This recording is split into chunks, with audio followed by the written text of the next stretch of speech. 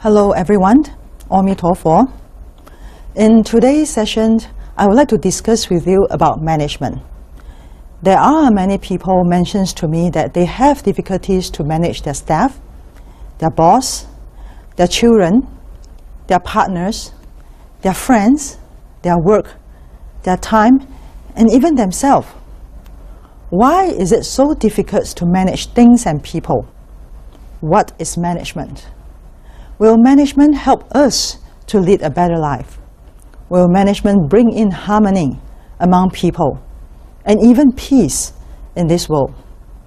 So in today's session, I would like to discuss with all of you about Buddhist approach to management. So what is management in this society? There are many types, such as the corporation or business management, project management, society management, human relation management, and self-management, and even more. In general, management means to manage is to forecast and to plan, to organize, to command, to coordinate, and to control. However, regardless of what type of management, all management needs people. It is the people to apply this management in order to fulfill the task. And these people consist of others and our own self. In Buddhism, the Sangha, which is the Buddhism monastic order, consists of many monastics coming from all parts of the world or of the places, staying and practicing together. With all these monastics coming together, with different background, different languages, different ways of thinking, how will this Sangha order manage the Sangha? So what is the management strategy in Buddhism? What are the Buddha's approach in management in order to guide and discipline his disciple? Now we will explore the Buddha's philosophy of management. According to the Buddha, he has 6 points in approaching management. The first point is equality under the Dharma. Second, decentralized leadership. Third, shared support and responsibility. Fourth, mutual respect and harmony.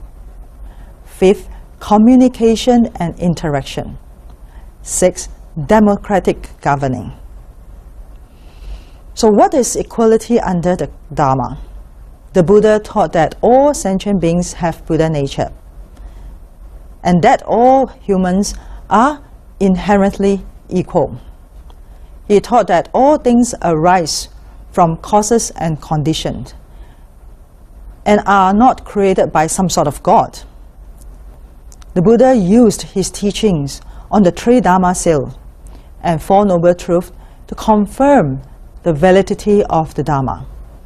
So because that all sentient beings has Buddha nature, basically there's no discrimination in the Buddha's thoughts.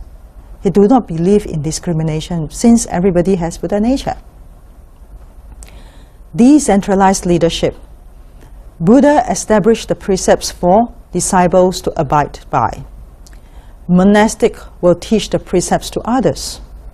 Senior monastic will teach the Dharma to the junior and also the community. Share support and responsibility. Buddha gave the 5 monastics the 4 principles of living to guide them towards a virtuous way of life. The responsibility to repair and maintain communal property is distributed among members of the Sangha. A senior monastic was chosen to lead the group to periods of work and rest, maintain the code of conduct, and pass on any speech and information given by the Buddha. Mutual respect and harmony. According to the Buddha, he set the 6 points of respectful harmony in communal living. They are the harmony in view through sharing the same understanding, moral harmony through sharing the same precepts, economic harmony through sharing things equally, mental harmony through sharing happiness, verbal harmony through avoiding dispute, physical harmony through living together. In order to live together in a harmony way, respect is very important. There are always different way of thinking, way of habit, way of living together. In order to achieve harmony, respect the differences is very important. Communications and interactions. On the 8th and 14th or 15th of each month, the Buddha entreated every member of the Sangha to gather and recite the precepts.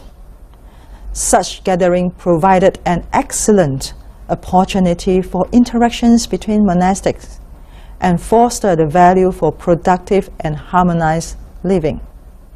Communicating among people is important. However, through this communication, respect is something that cannot be missed out. Democratic governing.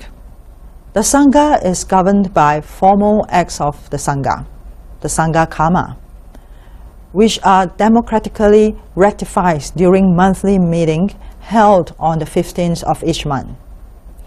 The system of voting upon formal acts of the Sangha provides a framework to promote fellowship, harmony, and mutual support of the community.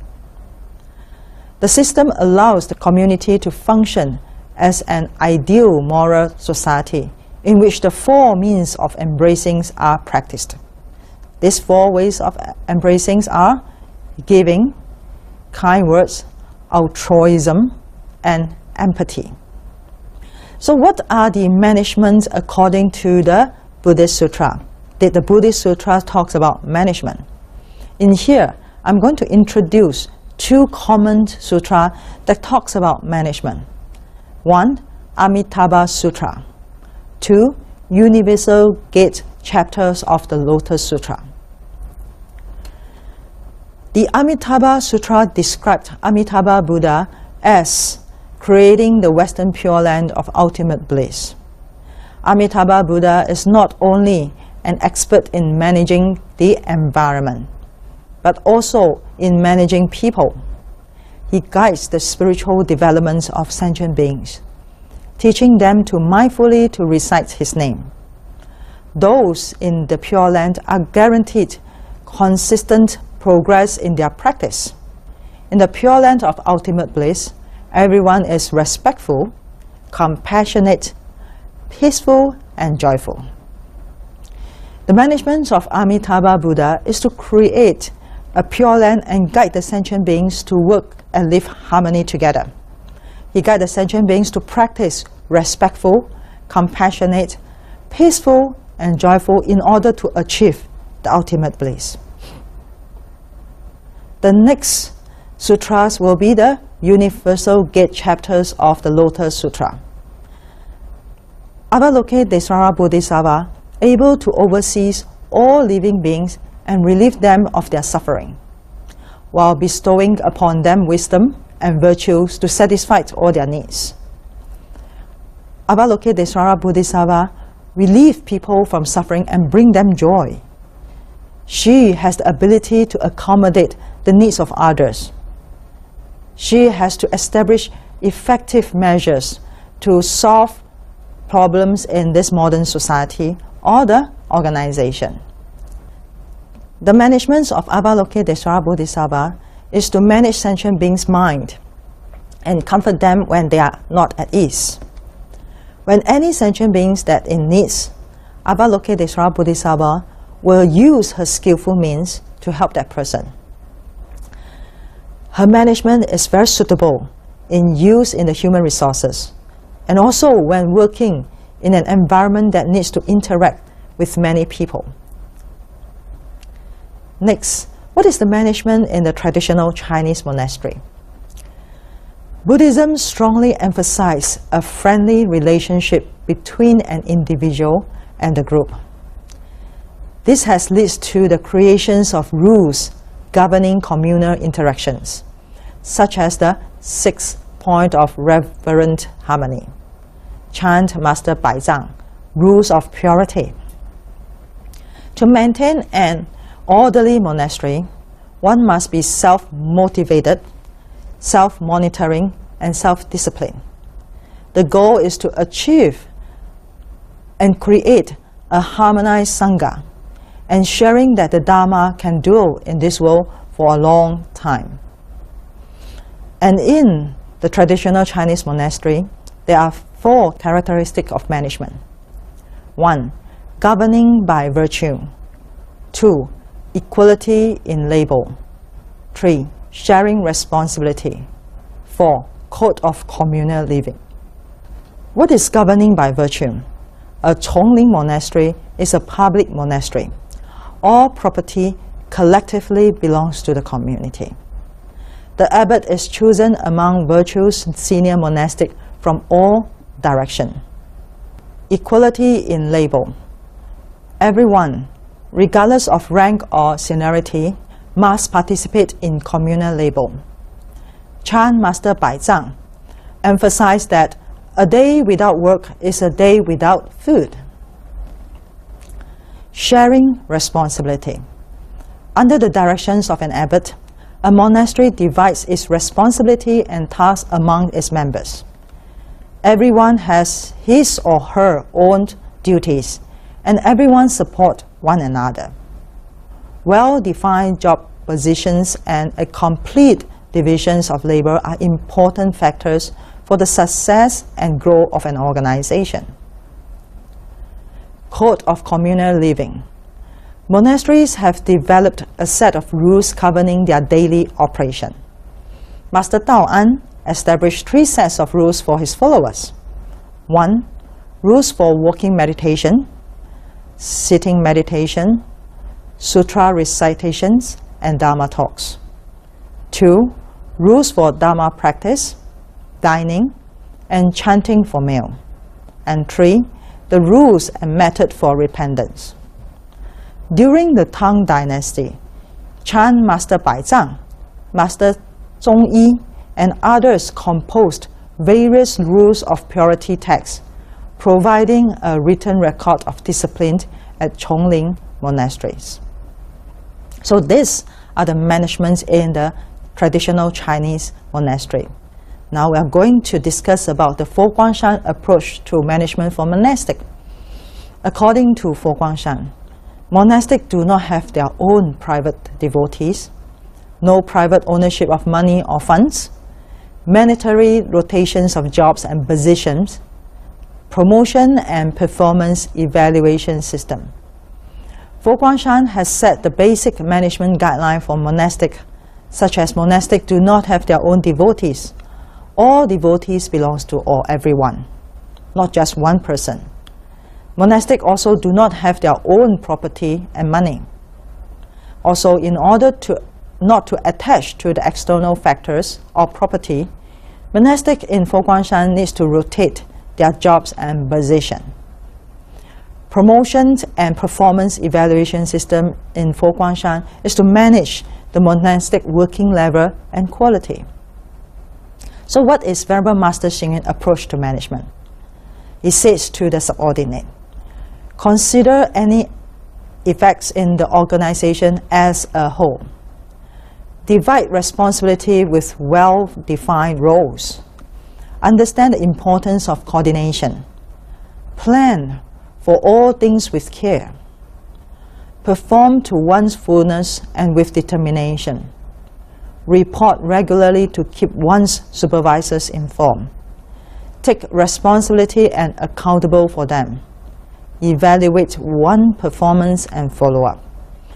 It is important for the subordinates to look into the organization as a whole rather than themselves or their own department. The subordinates should learn how to divide responsibility with their co-colleagues and also understand the coordination among people. While doing things, planning is important, and plan with a careful mentality. When doing things, one have the mind of fullness and to be determined while doing things. And most important, as a subordinate, it is important to report to the supervisor about the progress of the job. Take responsible and be accountable for what you are doing. And last but not least, evaluate yourself all the time. Did I fulfill or accomplish my task? So, Venerable Master Xing Yun emphasized that it is essential that both supervisor and the subordinate be honest in their communication, have mutual respect, be active in their work, self-motivating, and sincere in their evaluation. Honesty is important when communicating with people, when interacting with people. With an honest mind, we are able to open up ourselves. With a respectful mind, we are able to understand what that person is thinking. So honest in communication and respect others is very important. And of course, always be active in our work and also bring this active environment in your working places. Always be self-motivating. Then we are able to motivate other people. And sincerity in your evaluation. As a leader, as a supervisor, when we evaluate our subordinate, we have to be fair and sincere to them. Venerable Master Xing Yun also gives some comments, advice to the leaders. He said that as a leader, always put a smile on your face. Have praise on the lips, hold criticism inside, and keep anger in your stomach. Supervisor should always have this smile on the face to let the subordinate feel comfortable, feel happy and joy, and always give positive feedbacks to the subordinate. It is important to encourage the subordinate for them to learn and grow. And if the subordinate did not do well, always hold the criticism inside rather than penalizing them. And if they really did badly, keep the anger in the stomach rather than scolding them. 2. Avoid harshly and harsh action. Always be careful with what we are saying. Sometimes we might not have this mind, but when we say something out, it might hurt that person. Try to avoid any harsh words or any harsh action. 3. Treat others with lenience, but monitor yourself strictly. Give credits to others, but take personal responsibility when something goes wrong. As a leader, we have to set some strict guidelines for ourselves in order for us to maintain our leadership quality and also to upgrade ourselves. However, this guideline should not be something to penalize the subordinate. As a leader, we should be lenient to our subordinate. We should guide them. And if they did something good, we should give the credit to them. However, if they did not fulfill their task or they did something wrong, then as a leader, we should take up the responsibility. 4th, put aside thoughts of personal gain and go forward. A leader is supposed to look into the big picture, look into everyone, and guide everyone to move forward rather than focusing on self-benefit. 5th, keep your eyes on the big picture. Work in harmony with others. Let communication flow freely up and down and strive for consensus.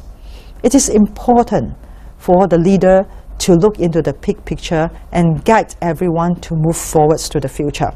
In order to guide everyone to move forward to the future, harmony working environment is important, and this is something has to be built by the leader. So in order to build this harmony environment, it is important to communicate freely among up and down, and also to share the point of view in order to strive for consensus. 6. Serve others sincerely, live by your words, plan ahead for danger, and understand yourself and others. It is important for the leaders to understand themselves well, at the same time to understand the people that's working with them. Always work with them with a sincere mind. Always keep promise, keep your words. And in order to let the subordinate feel comfortable and safe working with you, it is always important to plan ahead. 7. Be observant and adaptable, considerate of others, take advantage of opportunities, and make the most of your life. As a leader, we have to strive to keep on going and improving ourselves, and at the same time to consider the people around us. We have to look into any opportunity to explore ourselves, explore the future, and also guide our subordinates to explore together with us. 8. Be good nature, listen attentively, study carefully, and be respectful to others' opinion. It is important for the leaders to listen to others' opinion, to listen to others' comments and suggestions, and most important, to listen attentively. Study their opinion. It is always good to listen to other people in order to get good suggestion and even good idea. And of course, must have a good nature in listening. So according to Rebel Master Xing Yun, a leader also needs to know how to develop, cultivate, and nurture a competent staff. He or she should be able to recruit, train, and empower talented employees. A common mistake committed by a leader is criticizing a subordinate, yet failing to offer guidance. In addition, a leader or senior executive should frequently engage in self-assessment and ask subordinates for input. Harmony between a leader and his or her staff is a stabilizing force for any organization. It is important for a leader to train or guide the subordinate to be the future leader. A leader has the ability to be leader, but this is something that is personal. How can a leader able to lead somebody to be leader? This is a skill. So according to the master, in order to be a good leader, this leader has to be able to nurture a competent future leader. He or she has to be able to recruit, train, and empower the talent employee in order to build this leader for the future. It is unwise for a leader to keep criticizing the subordinate and also unable to guide this person. So a leader must be able to have a lot of communication and guiding to the subordinate, and also a lot of self-assessment and ask subordinate for input. Harmony between the leader and the subordinate is the key point to stabilize the working environment in the organization. So, according to Fo Guangshan, the philosophy of management are give people faith, give people joy, give people hope, and give people convenience. In Buddhism, it mentions a lot about giving, such as giving tasks, giving responsibility. It also talks a lot about sharing things equally. In order to achieve harmony, it's important to respect, important to share, important to understand. Management is about human. We can manage the project, we can manage the things, we can manage an organization. But all these things, project and organization, has to have people to manage it. So the key thing is people. But who is more important in these people? It's the self-management. If we are able to manage ourselves, discipline ourselves, monitor ourselves well, then we are able to guide people in managing themselves well. So management in Buddhism always starts with self-management. We don't just look external factors. We look into ourselves. From self, then we influence the others.